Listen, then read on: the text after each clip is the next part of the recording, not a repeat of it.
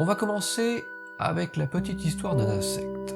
Il faut remonter quelques mois en arrière, en 2020, grande année comme vous le savez, où nous avons assisté, peut-être vous en souvenez-vous, à un souci qu'ont rencontré certains agriculteurs. Du coup, c'est l'histoire d'un puceron qui s'installe dans les cultures parce qu'il mange un peu de tout, comme des restes de plantes, des repousses foliaires, etc. Sauf que notre ami le puceron, il est porteur d'un virus. Alors non, pas celui-là. Un virus donc qui se transmet à la culture lorsque le puceron commence à la grignoter. Il leur transmet donc le virus et la maladie qui va avec, la jaunisse. La betterave. Oui, effectivement, ce qui nous sert d'introduction aujourd'hui, c'est la betterave. C'est pas ultra sexy, ça a été certainement davantage quand on parlait du glyphosate, mais la betterave c'est important. Alors attention, je parle pas du tout de la betterave rouge, parce que déjà comme dirait un ami, faut se méfier des légumes qui saignent. Non, moi je vous parle de la betterave sucrière, avec laquelle on fait un tas de choses, du sucre, déjà, merci Sherlock. Elle sert aussi à l'alimentation animale, pour la fabrication des levures et de l'alcool, et aussi la solution hydroalcoolique. Il paraît que vous en avez plus ou moins besoin en ce moment. On a donc observé en 2020 d'importantes pertes de rendement liées aux différentes jaunisses qui ont touché les cultures betteraves, allant parfois jusqu'à plus de 50% de pertes dans certaines exploitations. Comme il n'y a pas de moyen aujourd'hui de lutter directement contre les jaunisses, contre le virus donc, on essaye plutôt de contrer son vecteur, le puceron. Et jusqu'à présent on a utilisé un truc que vous adorez, les pesticides. Voilà, ça faisait longtemps qu'on n'avait pas parlé. Chouette. Et pire que ça, on utilisait des néonicotinoïdes, des produits parfaitement honnis, plutôt à raison, puisque très impactants sur la biodiversité, notamment sur les populations d'insectes pollinisateurs. Et d'ailleurs, ils avaient été interdits en France en 2018. Mais si d'ordinaire, ce qui arrive aux agriculteurs, on s'en sent un petit peu éloigné, on va pas se mentir, là c'est pas tout à fait pareil. Il se trouve que pour un tas de raisons, notamment pour la sauvegarde de la filière et aussi parce qu'il n'existe pas d'alternative réellement efficace, le gouvernement a décidé de mettre en place une dérogation sur l'utilisation des néonicotinoïdes pour quelque temps, évidemment uniquement dans le cas de la culture des betteraves. Et là, quand on met un pesticide dans la balance, considéré comme dangereux pour la biodiversité de surcroît, comme on en a déjà parlé sur la chaîne, c'est plus pareil. Ça s'emballe. Et quand ça s'emballe, les faits se mélangent aux croyances et méconnaissances, parfois sensées, parfois non, chacun y va de son opinion, parfois sensée, parfois non, de quoi générer davantage de questions et d'interrogations, parfois sensées, parfois non. Et c'est ainsi que, entre autres, des voix se sont élevées contre le retour de ces néonicotinoïdes, comme par exemple Yannick Jadot, eurodéputé, membre du Parti vert français Europe Écologie Les Verts. Il a donc lui-même pris le parti d'insister à ce sujet, de considérer cela comme un véritable retour en arrière.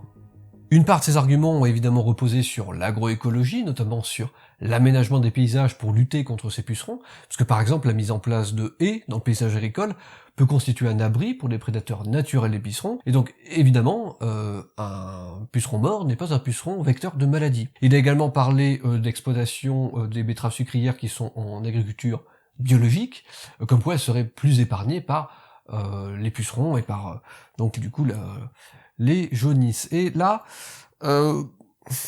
comment dire, il faut qu'on mette un petit stop. C'est pas ce que vous croyez. Attendez. Parce que oui, attention, là je parle de Yannick Jadot, mais en termes de cas pratiques, pour parler un petit peu d'écologie politique, pour parler un peu de ce qu'on voit, la représentation des partis verts français. Donc vous pouvez prendre directement un petit peu de hauteur, parce que c'est pas du tout une vidéo à charge sur Yannick Jadot. Même si du but en blanc ça pourrait y ressembler. C'est pas le cas. D'ailleurs je dirais même que on s'en fout un peu en fait de Yannick Jadot. Désolé hein.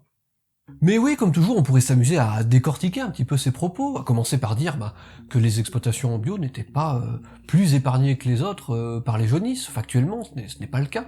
On pourrait continuer en expliquant un petit peu comment étaient utilisés en fait les néonicotinoïdes, en disant que non, ils sont pas pulvérisés comme on en a l'habitude de le voir dans notre imaginaire, mais il s'agit de semences qui sont enrobées par les néonicotinoïdes, ce qui fait que le risque est différent, en tout cas moindre sur certaines populations d'insectes, oui, et surtout on va dire qu'il est différent, pour résumer ça un petit peu salement mais correctement. Et puis on pourrait finir en disant que oui, l'agroécologie, c'est super évidemment, et je suis le premier à le dire, évidemment, mais que l'illusion de la solution unique, en agriculture, ça fonctionne pas. On pourrait dire tout ça, et d'autres l'ont fait mieux et l'ont déjà fait surtout, voir la description, mais oui, on pourrait faire tout ça. Je pourrais le faire. Mais sauf que j'ai pas envie, en fait. Voilà. Et non, comme souvent, je serais bien plus intéressé d'essayer de comprendre un petit peu ce qui nous a conduit jusqu'ici. Pourquoi, à partir de points techniques, on passe sur un manque de nuances au sujet des faits scientifiques. Interpellé par cette histoire de betterave, qui constitue en fait ici seulement mon point de départ, où les faits scientifiques se sont cognés au discours politique écologiste, je me suis demandé s'il n'y avait pas une explication de fond. En somme, pourquoi les Verts, pour lesquels nous pouvons avoir une certaine attente sur des thématiques, comme l'écologie ou l'agronomie, sont-ils finalement régulièrement peu regardants des faits scientifiques et des nuances qui vont avec. La question est relativement taille dans un contexte de défis environnementaux globaux qui commencent dangereusement à pointer le bout de leur nez, et où finalement on ne risque que d'avoir une quantité de tentatives limitée quant à nos décisions collectives. Car déjà, aujourd'hui, chez nous, les conséquences de ces changements sont visibles. Ces images graphiques et surprenantes ne vous ont peut-être pas échappé. Plusieurs exploitants, ce début d'année, ont mis en place de nombreux moyens pour lutter contre le gel. Celui-ci a eu un impact délétère sur plusieurs types de cultures dont la floraison avait été trop précoce. Trop précoce, la faute à un certain réchauffement. Et peut-être que la réponse ne se trouve pas dans les disciplines que nous évoquons habituellement sur cette chaîne, d'où une vidéo quelque peu hors cadre. Au contraire, nous allons plutôt explorer aujourd'hui, du côté de l'histoire, peut-être un peu les sciences politiques. En tout cas, une chose est sûre, c'est que j'aimerais bien savoir ce qui se passe dans la tête des Verts.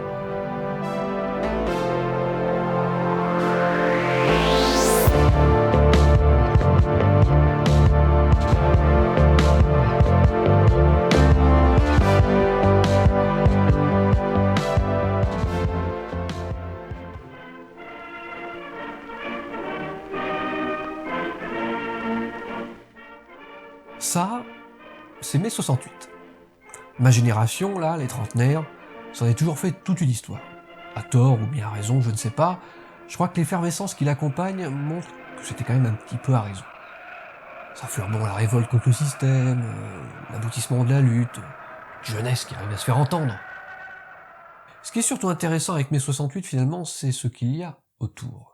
La France émerge alors d'une grande période d'après-guerre, où on pourrait grossièrement résumer le monde politique en deux grands ensembles, à savoir d'un côté un grand monsieur militaire droit comme aïe, peu connu, et de l'autre côté d'autres messieurs qui eux se revendiquent d'un truc qu'on appelle le communisme. Bon, effectivement, quand même, c'est un peu simpliste parce qu'au milieu commence à émerger très sérieusement un plus petit monsieur qui déjà, en 1965, met un peu en difficulté le plus grand monsieur dont on a parlé au début, puisqu'il l'oblige à passer au second tour des présidentielles. Vous suivez là, c'est bon ?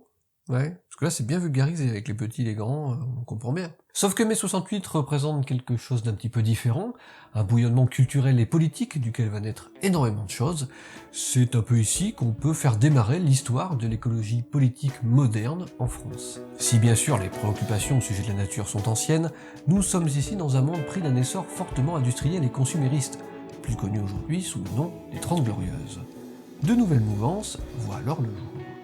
Les idées qui se veulent alternatives, les idées d'autres mondes. Au milieu se trouvent des pensées sur l'environnement, la pollution, l'industrialisation, sur ce monde qui a changé vite, trop vite peut-être. Parmi ces premières expressions écologistes qui ont relativement marqué leur temps dans les années 70, on trouve notamment des périodiques comme Le Sauvage ou encore La Gueule Ouverte. Ces premières années autour de mai 68 sont très importantes puisqu'elles sont à l'origine des mouvements écologistes politiques français, et puis elles sont intéressantes parce que justement tous ces mouvements sont très variés, sont très diversifiés. Malgré une première candidature à la présidence de la République française dès 1974 de René Dumont, personne qui attire la sympathie, l'un des rares points communs de ces mouvements, c'est la lutte antinucléaire, notamment l'opposition aux implantations des centrales nucléaires de Malville et Plogoff. Pour faire simple, dans ses débuts, une bonne partie des penseurs et militants de toutes ces mouvances n'ont pas super envie de fonder un parti politique. En fait, à l'image de la lutte antinucléaire, ils craignent le pouvoir des partis politiques, l'élitisme, le fait que le pouvoir ne soit réservé qu'à certains. D'ailleurs, ils craignent aussi l'autorité ainsi que la technocratie. Et c'est tellement laborieux qu'il faut attendre 1984 pour qu'enfin un véritable parti politique voit le jour, une sorte de fusion de trois groupes qui s'appelle à la base les Verts, Parti écologiste, Confédération écologiste. Du coup, là, concrètement, ça signifie qu'ils ont quand même eu du mal à se mettre d'accord, ne serait-ce que sur le nom. Mais bon, c'est pas si grave, hein, ce qu'il faut surtout retenir, c'est un petit peu ce qui constitue ces mouvances, qu'est-ce qui les caractérise. C'est notamment l'idée d'un pouvoir décentralisé, c'est une notion anti-État assez forte, mine de rien, et bien sûr, l'antiproductivisme. Et justement, c'est un petit peu là où je veux en venir, c'est qu'au-delà des aspects que nous attendons tous au sujet d'un parti politique écologiste, à savoir la protection de la nature, la mise en place de politiques écologiques par exemple, eh bien les partis verts français de l'époque constituent surtout quelque chose de très nouveau dans le paysage politique français, à savoir le fait qu'ils vont proposer des choses assez différentes, ils vont constituer une gauche en quelque sorte alternative par rapport à ce que les gens connaissent habituellement, à savoir la gauche socialiste. Et donc parmi tous ces éléments un peu nouveaux, ces idées, etc., on va surtout essayer de se concentrer sur ce qu'a raconté un certain Herbert Kitschelt. En 1990, le professeur de sciences politiques Herbert Kitschelt se penche sur l'émergence des partis verts européens. Il décrira ces nouveaux acteurs des scènes politiques comme une forme de gauche libertaire, left libertarian en anglais. Alors, Kitschelt il dit plein de choses, j'en ai lu d'autres, c'est de la science politique, je suis biologiste. Ceci est un message d'avertissement. L'analyse qui va suivre est superficielle et certainement lacunaire, et réalisée par un pas professionnel. Elle n'a que pour prétention de s'intéresser à un autre sujet, et bien que peu maîtrisé, c'est tout l'essentiel d'un bon esprit critique, voire autre chose. Ceci étant dit, si on peut pas voir évidemment toute la complexité, la diversité des mouvances écologistes en France, sous le spectre de la gauche libertaire, moi je trouve ça assez instructif. Il y a donc tout un tas d'idées dans le sillage de ces partis. D'ailleurs, on le ressent parfaitement aujourd'hui, parce qu'un représentant du parti actuel Europe Écologie Les Verts comme Yannick Jadot ne parle pas que d'écologie, loin de là. Et finalement, au cours de leur histoire, les partis verts français se sont penchés sur pas mal de sujets, et avec des lignes directrices assez claires. Donc ça va être des choses très diverses, comme l'égalité homme-femme, la légalisation du cannabis, le sort des sans-papiers, et tous ces historiques se retrouvent aujourd'hui encore dans les statuts du parti politique actuel, Europe Écologie Les Verts, dont je vous recommande la lecture de la page 3, ça se passe dans la description, c'est assez court et tout à fait instructif. Et pour en revenir aux grands principes de la gauche libertaire, on s'attarde notamment sur pas de bureaucratie, pas de pouvoir centralisé, pas d'autorité, pas de technocratie, et au contraire, autonomie des individus, démocratie, épanouissement personnel et de la communauté. Ce sont des choses qui se ressentent au sein même de l'organisation des partis verts français. Par exemple, on y retrouve des systèmes de vote à la proportionnelle, pas trop de statuts, on va dire un certain contrôle collégial des membres qui sont à la tête du parti. Et puis aujourd'hui encore ça se ressent, comme par exemple le poids qu'ont les instances régionales au sein de l'organisation du parti. En somme, même si les idées des partis verts français sont claires, c'est aussi d'une certaine liberté de ton dont héritent Yannick Jadot et les siens. Quand bien même les orientations du parti Europe Écologie Les Verts sont définies, la parole est libre, dans un strict respect de la démocratie. À quel prix ? Peut-être, je dis bien peut-être, au prix qu'on peut un peu trop s'exprimer comme on veut, en héritant d'une histoire relativement anti-autoritaire, ce qui peut les distinguer un peu des gros partis majoritaires dont on a l'habitude et qui peuvent avoir des allures un peu conservatrices, mais les partis verts français permettent l'expression libre des projets de société que chacun porte. Même si je présume pas du tout du fonctionnement des autres partis politiques en France, mais mine de rien, un court extrait du site internet d'Europe Écologie Les Verts, qui présente les statuts, est assez éloquent à ce sujet. Nous voulons bâtir un mouvement nourri du respect de la parole de chacun et chacune, de l'expérience et des engagements de toutes et tous. Un mouvement créé et recréé sans cesse par ses réseaux locaux et ses militants et militantes, où toutes et tous sont actrices et acteurs du mouvement, de l'élaboration permanente du projet jusqu'à la participation électorale, en passant par la capacité d'initiative sans cesse renouvelée, ouverte à tous les nouveaux du mouvement. Tous et toutes sont libres de participer, s'ils, elles, le veulent, et comme ils, elles, le désirent, aux initiatives communes, à la critique, à l'élaboration de la stratégie, du projet et des programmes. Donc oui, les sciences politiques, c'est pas ma spécialité, mais ça me semble assez clair. Si on résume méchamment, les membres divers et variés peuvent parler de ce qu'ils veulent, comme ils veulent. Et si quelque part c'est tant mieux parce qu'on est quand même en démocratie, eh bien ça n'aide pas forcément à rester dans un cadre toujours cohérent. Et surtout dans quelque chose qui colle avec un discours rigoureux et scientifique. Et ouais, parce que c'est quand même de ça qu'on parle, non ? La science et ses 1000 nuances. Forcément, c'est souvent assez peu en adéquation avec des discours politiques orientés et simplifiés. Tout cela peut paraître évidemment un peu grossier. Après tout, ce n'est sûrement pas ce que M. Kitschelt cherchait à nous expliquer. longtemps tiraillé entre les exigences de la gauche libertaire, libre, démocratique, et les ambitions électorales d'une partie des militants, qui sait ce dont ont hérité exactement les femmes et les hommes écologistes d'aujourd'hui. Puis la science, tout ça c'est bien joli, mais l'idée de ces mouvances-là, qui se cachaient dans cette histoire, quelque chose de fort et déterminant, je vous le rappelle, c'est l'anti-technocratie.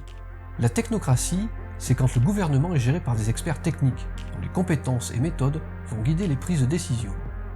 Ce genre de système semble, pour ces mouvements écologistes, associé à un État plutôt autoritaire.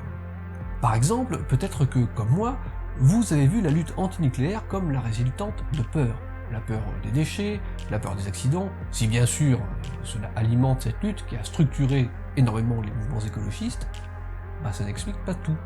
Le nucléaire est alors un symbole très important. Il représente une production énergétique contrôlée par l'État, un État autoritaire et technocratique donc, qui se doit, en toute logique, de surveiller étroitement cette dangereuse production. A l'inverse par exemple d'autres modes de production qui sont souvent mis en avant par les écologistes, comme l'éolien ou le solaire, qui sont perçus à l'époque comme étant des productions plus décentralisées et plus accessibles aux citoyens. Et aujourd'hui encore d'ailleurs, le parti Europe Écologie Les Verts porte les marques de tout ça. Dans ses propres statuts, ils ont marqué le refus du nucléaire. C'est-à-dire que dans les statuts d'un parti politique, c'est marqué. Vous aurez compris qu'en empruntant cet angle anti-technocratique, on voit un petit peu les prises de position des partis verts français, finalement, différemment, même si ça n'explique évidemment pas tout. Et en attendant, cet angle de vue, il nous montre que pour eux, la science, ça fait pas forcément tout. Donc, quand on cause de betteraves, on parle peut-être de plein d'autres choses, comme l'autonomie, celle des agriculteurs, celle des régions, leur épanouissement.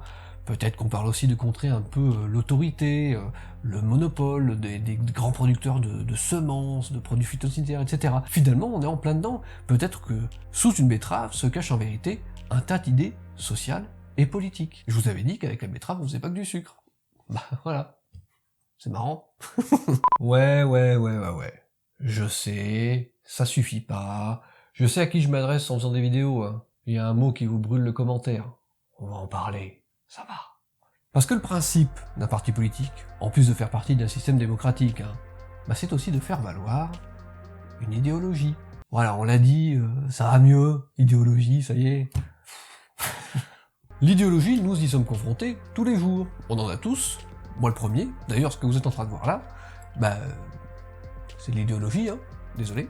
Ce que j'observe en tant que scientifique et puis surtout en tant que vulgarisateur, c'est que parmi nous, il y en a pas mal qui se méfient de l'idéologie et qui aiment à rappeler les faits scientifiques face aux idéologies qui parfois ont tendance à privilégier leur vision du monde en tout cas, plutôt que ces faits. C'est évidemment possiblement aussi l'idéologie qui, en plus de ces histoires anti-technocratiques dont on a parlé, qui empêche les écologistes français aujourd'hui de penser au nucléaire civil comme une solution pour éviter de faire trop péter notre bilan carbone. Là où en Allemagne, par exemple, ils commencent doucement quand même à faire naître l'idée, difficilement, mais quand même, ils commencent doucement à en parler. Mais j'ai juste pas envie de tout expliquer par l'idéologie, parce que c'est trop facile déjà, parce que l'histoire de l'écologie politique en France c'est plus compliqué que ça, et que si je me permets de le dire, c'est plus compliqué que ça sur la science, je me dois aussi de le penser pour ce qui peut rentrer en conflit avec elle.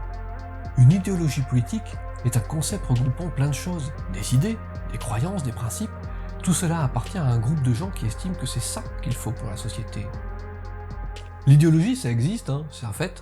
Aujourd'hui, il est tout à fait possible que, face à des propos qui rentrent davantage dans le cadre d'une idéologie politique, d'autres propos qui viendraient nuancer, qui sont moins dogmatiques. Je pense d'ailleurs que c'est ce qui se passe quand on voit évoluer actuellement le Parti vert français. Et pour autant, il ne faut pas scinder les deux aspects. C'est-à-dire qu'idéologie, ça peut tout à fait rimer avec pragmatisme. Il faut s'en tenir à la bonne définition. Et concernant ce phénomène que j'observe chez les Verts, j'ai peut-être un petit début d'explication. Souvenez-vous, on est plus de l'ordre de l'hypothèse que de la fine analyse de sciences politiques. D'accord ? Nous sommes dans la première moitié des années 90, le Parti vert, avec comme porte-parole Antoine Mechter depuis plusieurs années, est un peu dans les embrouilles.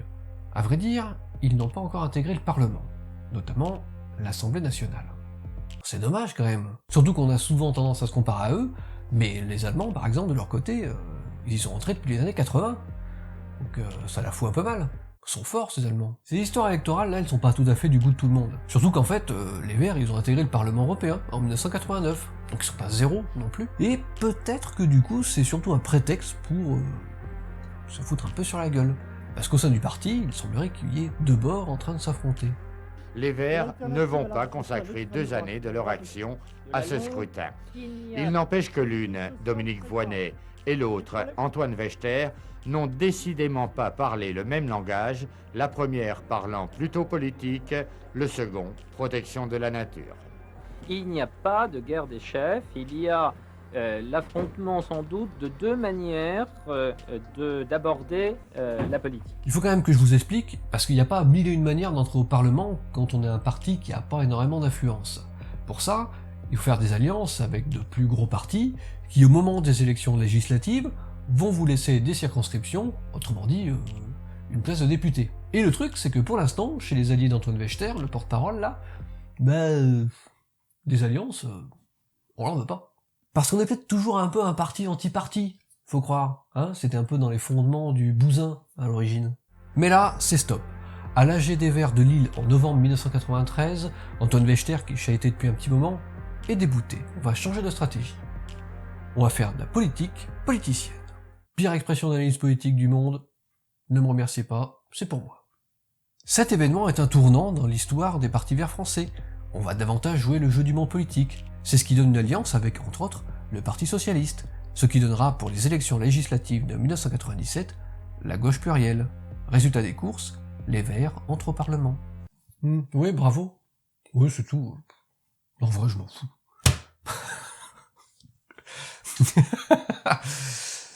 Ça fait plaisir de voir quelqu'un qui croit en ce qu'il fait.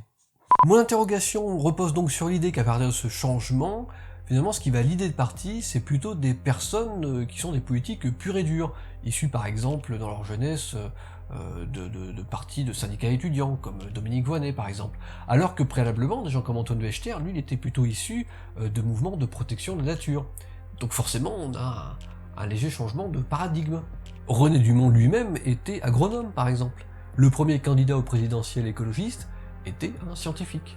Donc avec des compétences techniques. Ça n'empêchait pas d'avoir une idéologie, des partis pris, voire même d'être un petit peu catastrophiste, hein, quand même, mais voilà. Mais on peut se poser la question si cette transformation n'a pas, au fil du temps, provoqué une certaine politisation du parti, peut-être davantage, au demeurant, représentatif de la société civile. Aujourd'hui, le bureau du Conseil fédéral d'Europe Écologie Les Verts, qui s'occupe des orientations politiques du parti, ne compte qu'un seul scientifique, qui est plutôt du côté sciences sociales. Donc, on part pas avec une technicité sur les thématiques écologiques, géologiques, agronomiques, qu'en sais-je. Il est possible qu'aujourd'hui, cette transformation ait conduit à une certaine baisse de diversité parmi les membres par rapport à ce qu'on y trouvait avant, dans les années 70 par exemple, et que finalement cela ait engendré un certain manque d'expertise au sein des partis verts français. Baisse de diversité, écologie... C'est marrant parce que en fait la diversité, c'est important en écologie Ouais, ok, elle est nulle. Et à la connaissance du chercheur en sciences politiques spécialisé dans l'histoire de l'écologie politique qui m'a aidé pour l'écriture de cette vidéo, il n'a pas connaissance d'une sorte de commission en expertise scientifique, en tout cas pas de manière flagrante, ou alors tellement souterrain qu'il n'en a jamais entendu parler. Si une commission purement scientifique ne semble pas exister ici, comme dans d'autres partis en vérité, on retrouvera quand même, dans le plus pur respect de la démocratie, l'existence de commissions diverses et variées, ouvertes sur l'extérieur d'ailleurs, y compris sur des sujets impliquant en principe des connaissances scientifiques. Ici par exemple, le pacte de la commission agriculture et ruralité, elle porte bien sur des valeurs de société, parle notamment de sujets comme la politique agricole commune. Et c'est très intéressant qu'on y retrouve des éléments qu'on a évoqués tout du long de cette vidéo, que ce soit l'antitechnocratie ou encore l'autonomie des individus. Quoi qu'il en soit, les puristes ne parleront pas de commission scientifique à proprement parler. Et ils auront certainement un petit peu raison.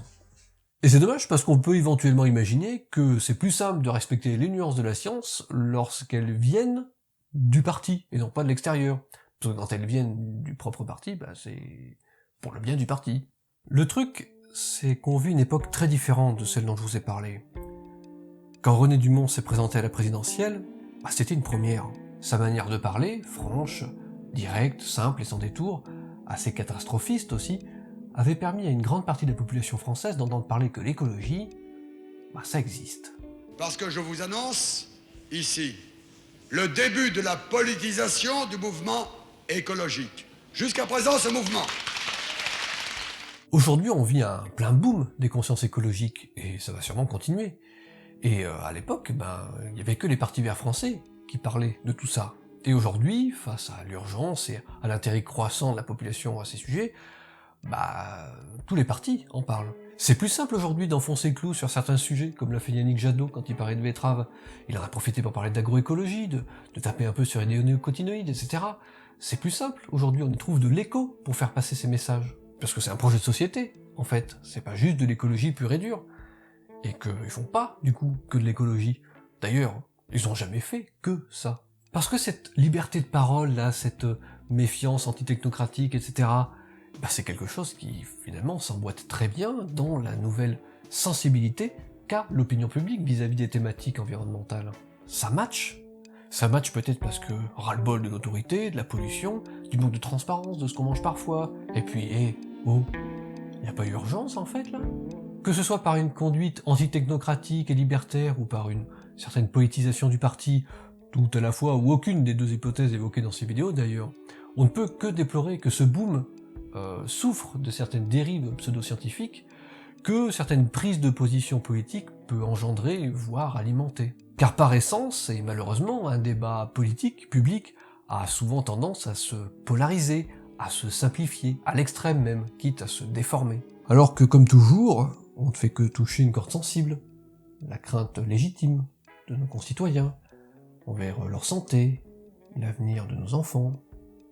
Et déjà, en 1974, lors de cette première candidature écologiste, René Dumont, lors d'une candidature, disait ça. La période de croissance que vous avez connue est une période anormale dans l'histoire. On ne peut pas doubler chaque 10 années la consommation d'énergie comme on l'a fait depuis 20 ans. Pourquoi ? Parce que si vous marchez pendant 3 siècles en doublant tous les 10 ans la consommation d'énergie, au bout de 3 siècles, celle-ci sera multipliée par 1073 millions. Est-ce que vous pensez qu'en l'an 2274, on pourra consommer 1,73 milliard de fois plus d'énergie qu'aujourd'hui? Alors qui sont les fous? Qui sont les fous? Qui sont les fous? Ces mots sont venus de notre époque, ils sont scandés tout à coup, mais ils restent saisissants. Qu'est-ce que nous sommes en train de faire? Est-ce qu'il ne serait pas grand temps de se demander ce qu'il y a, alors que nous en avons tant besoin, dans vos têtes, les Verts?